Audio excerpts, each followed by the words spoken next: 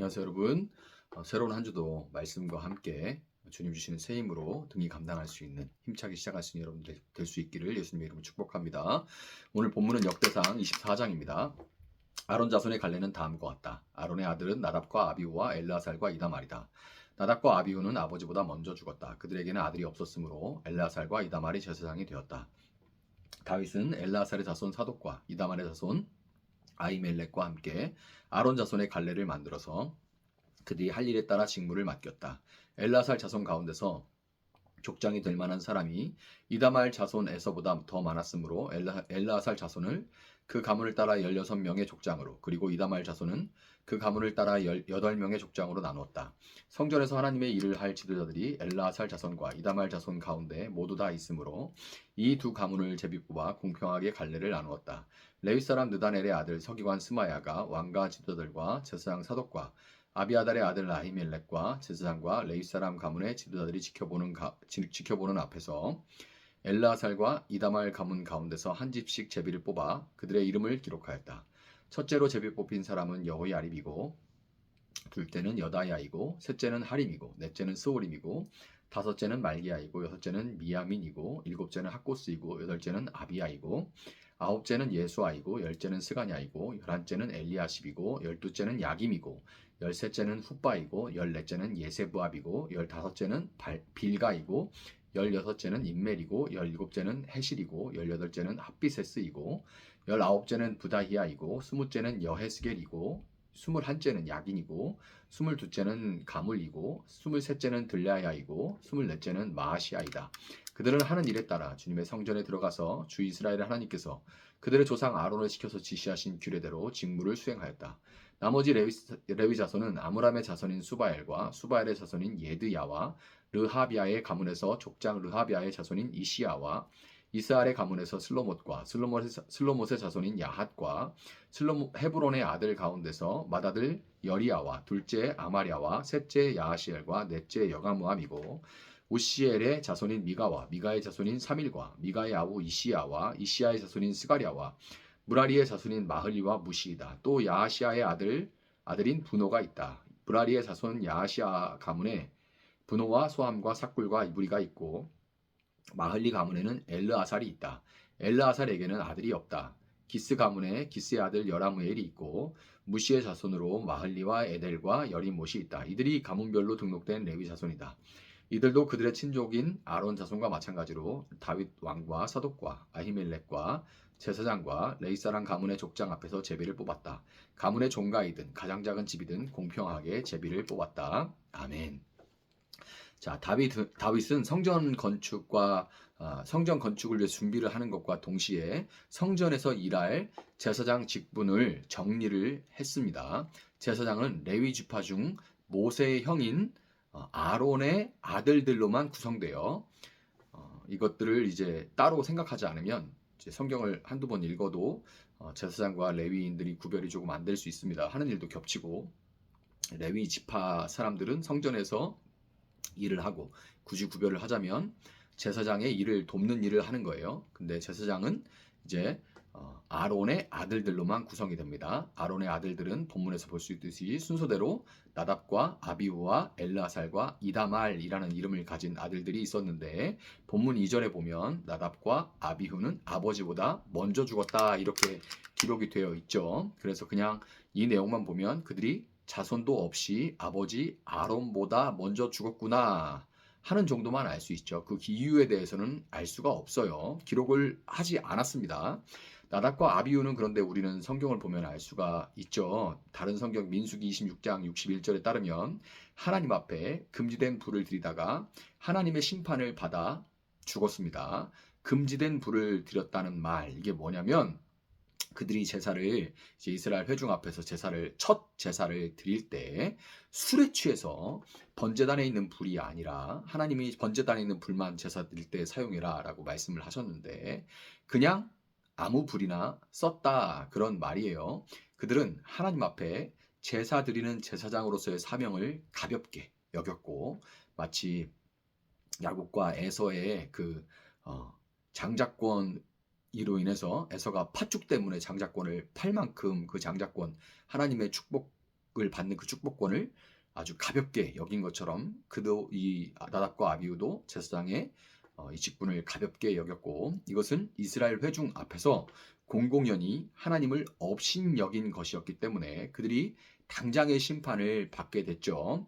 이 일로 인해서 우리는 제사장의 사명이 얼마나 무거운지를 알 수가 있는 거예요. 물론 우리가 제사장으로서 예배를 드릴 때 우리도 모든 예배에 집중하고 온 마음으로 그렇게 예배를 드리지 못할 때가 있죠. 그런데 죽지는 않잖아요. 나답과 아비후처럼 죽지는 않죠. 그렇다고 해서 가볍게 제사 예배 드리는 것을 가볍게 여기는 것이 아니라 제사장으로서 예배를 드리는 것이 얼마나 무거운 일인지 그것을 우리가 알아야 되는 겁니다. 그들은 첫 번째였기 때문에 이스라엘에서 장자, 11조 이렇게 첫 번째 것은 항상 대표성을 가지기 때문에 그들은 구약에서 첫 제사를 그렇게 하나님을 업신 여겼기 때문에 회중들 앞에서 공공연히 예배를 제사를 세우는 첫 번째 것에서 그런 행위를 했기 때문에 죽게 된 것이고, 신약에 와서는 교회가 탄생했을 때 교회의 그런 하나님이 교회를 세우신 이유를 탁하게 만들고 흐리게 했던 사도행전 5장에 부부가 있잖아요. 아나니아와 삽비라 부부가 그렇게 헌금을 이제 사람들에게 보이기 위해서 헌금을 한 사건이 있었는데, 우리도 때로는 이제 헌금을 할 때 좀 아깝다는 생각도 하고, 헌금을 많이 하면 목사님이 알아줄까? 뭐 교회가 알아줄까? 이런 생각들도 은연중에 조금씩 들어갈 수 있는데 당장 죽지는 않죠. 그런데 아나니아와 삽비라는 이제 교회가 세워진 이후에 첫 번째로 있었던 대표성으로 인해서 그들은 본으로 그렇게 죽음을 맞게 된 겁니다. 그러나 역시 우리가 지금 죽지 않는다고 해서 그 일이 얼마나 무거운지를 그들을 통해서 우리는 본을 볼 수가 있는 거죠. 그런데 역대기 기자는 나답과 아비후가 이렇게 죽은 사건을 일부러 기록하지 않았어요. 유대인이라면, 이스라엘 사람이라면 모세 오경은 달달달 거의 아주 어렸을 때부터 들었을 텐데 이 이야기를 모를 리가 없죠. 그런데도 불구하고 이 역대기 기자가 바벨론에서 포로가 된 이후에 돌아와서는 초점을 무너져 있는 제사를 회복하는 데 두었기 때문에, 회복해야 되고 무너져 있는 제사를 다시금 예배를 다시금 드려야 되는데 거기서 조금 잘못하면 죽는다 이런 말을 하면은 두려움으로 인해서 짓눌리게 되죠. 그것을 빼버린 거예요. 빼버리고 다윗 시대에 기틀이 세워졌던 제사장 직분과 그 반열을 언급함으로써 얼마나 시스템으로 돌아가면서 얼마나 그렇게 잘 짜여진 예배가 아주 멋있게 아주 정성을 다해서 아름답게 웅장하게 드려졌었는지, 그렇게 반차와 반열 이런 모든 것들을 언급을 함으로써 제사를 집례하는 제사장으로서의 이 부르심이 얼마나 영광스러운 것인지를 이 역대 기자는 부각시키고 싶었기 때문에 그 얘기는 빼고 이 얘기만 기록을 한 거예요. 나답과 아비후의 죽음으로 제사장은 엘르아살과 이다말 그리고 그들의 자손들, 엘르아살과 이다말로부터 나온 자손들을 통해서, 아들들을 통해서 이어지게 되는데, 다윗 시대의 엘르아살의 자손 중 대표는 사독입니다. 들어보셨죠? 사독이라는 제사장이고, 이다말의 자손 중 대표는 아비아달이었습니다. 아론의 뒤를 이은 대제사장은 율법에 흠이 없는 한 장자 승계였고, 그러니까 이제 엘르아살의 장자, 이다말의 장자, 그 다음 장자 이렇게 이어지게 돼 있고, 특별히 율법에 흠이 없는 한 그 다음에 죽을 때까지, 그 대제사장이 죽을 때까지 종신사역이 원칙이었어요. 죽으면 그 다음 이제 장자가 이어가는 겁니다. 아비아달이 다윗의 뒤를 이을 왕으로 솔로몬 대신 핫깃의 아들 아도니아를 지원하는 일이 있었죠. 아비아달이란 제사장이 아도니아에게 줄을 서는 일이 생겨요. 그래서 솔로몬이 왕이 된 이후에 제사장의 직분을 파면당하게 됐고, 그래서 이제 사독 가문이 대제사장직을 독점하게 됩니다. 본문 4절, 예순시대의 사두개인은 사독 계열에서 온 사람들을 사두개인이라고 부르는 거예요. 본문 4절은 엘르아살의 자손이 이다말의 자손보다 많아서 엘르아살 자손에서 16명의 족장, 이다말의 자손에서 8명의 족장이 있었다 이렇게 기록하고 있습니다. 엘르아살의 자손이 이다말보다 더 많아도 성전에서 그들이 맡은 일은 아무런 차등이 없도록 제비를 뽑아 나누어졌습니다. 16 더하기 8 해서 24 반차 혹은 반열이라고도 부르죠. 그것은 말 그대로 순서를 의미하는 거예요. 24 반차. 1년이 52주니까 한 족장과 그에게 속한 제사장들은 1년에 대략 2주가 좀 넘게 성전에 머물면서 사역을 해야 했습니다. 그래서 이제 신약 성경에 보면 여리고에서부터 예루살렘으로 와서 제사를 인도해야 되는 제사장과 레위인 이야기가 나오죠. 선한 사마리아인 이야기에서요. 그 일주일씩 2번 1년에 그 제사를 인도하기 위해서 예루살렘에 들어가야 되는데 1년에 딱 2번, 2주니까 나머지 50주는 이제 성전에 들어가지 않거든요. 그러니까 그때는 예루살렘에서 가까운 여리고에서 살다가 거기서 이제 자기 반차가 되면 예루살렘으로 올라갔던 겁니다. 자, 24반차로 제사장의 직분을 감당하는 것은 예수님이 오실 때까지도 방금 말씀드린 대로 그대로 이어지게 되는데요.